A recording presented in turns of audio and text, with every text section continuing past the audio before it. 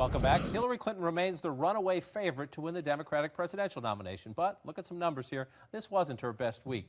Here's one proof of that. In Florida, Ohio, and Pennsylvania, three big presidential battleground states. Look at this. Is Hillary Clinton honest and trustworthy? Majorities in all three states, even in Pennsylvania, the bluest of these states, 54, 53, 51% say, no, Hillary Clinton is not honest and trustworthy. That's one judge. Look at this in the state of New Hampshire. A Suffolk University poll, 41-31, a 10-point gap between Hillary Clinton and Senator Bernie Sanders. Hillary Clinton under 50%. Can't like that one in the Clinton campaign. It's early, but they can't like that. And this one I find fascinating. Democratic shift, the shift of the Democrats to the left. Do you consider yourself socially liberal and on economics a moderate to liberal? A question for Democrats. When Bill Clinton left office in 2001, 30% of Democrats said they're social liberals and moderate to liberal on economic issues. Look at this, 47%. Now, nearly half of Democrats say, I'm socially liberal and liberal to moderate on economic issues. Dan Balls, my question is this. As Hillary Clinton seeks the nomination of that party, a more left Democratic party than Bill Clinton led, do you run the risk, if you keep your party happy, keep the liberals happy, that you end up in a place where, forget me, what Bill Clinton warned was the danger, where Michael Dukakis and Walter Mondale were, your party loves you, the country won't elect you? Well, she's dealing with a different country, too. She's not just dealing with a different Democratic Party. I mean, for one, this country is so much more polarized, and I think that's one reason that you're seeing so many more Democrats identifying themselves as liberal. But part of the reason is attitudes on some of these social issues have clearly shifted, gay marriage being the most prominent among them.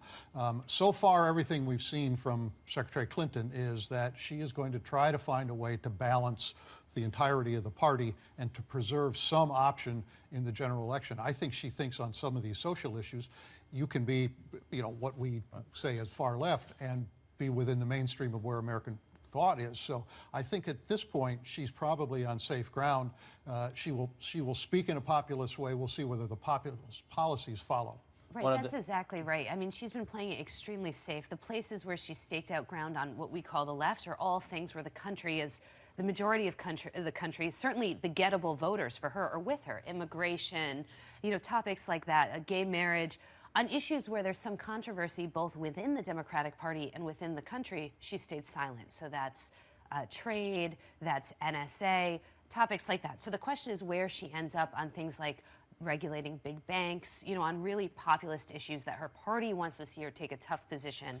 The question is whether she goes there. But those numbers for Bernie Sanders are fascinating. 41-31 in New Hampshire. I mean, he's from the neighboring state. You might say he's the third New Hampshire senator.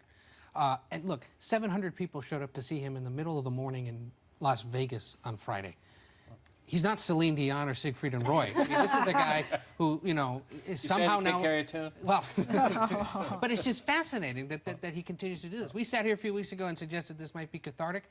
There may be very much more to this, and she's going to have to really balance, the possibility of a general election with the fact that he continues to trust so many people. I mean, I think the New Hampshire numbers, I do think he's from the neighboring state. Also, New Hampshire is 95% white, right? And that's sort of Vermont as well. I think it would be interesting to see what he's able to do in a state like South Carolina, because he says this isn't the fringe that shows up to his events. I haven't seen a lot of African Americans showing up. I haven't seen a lot of interest from Latinos so far in Bernie Sanders' candidacy, but we'll see.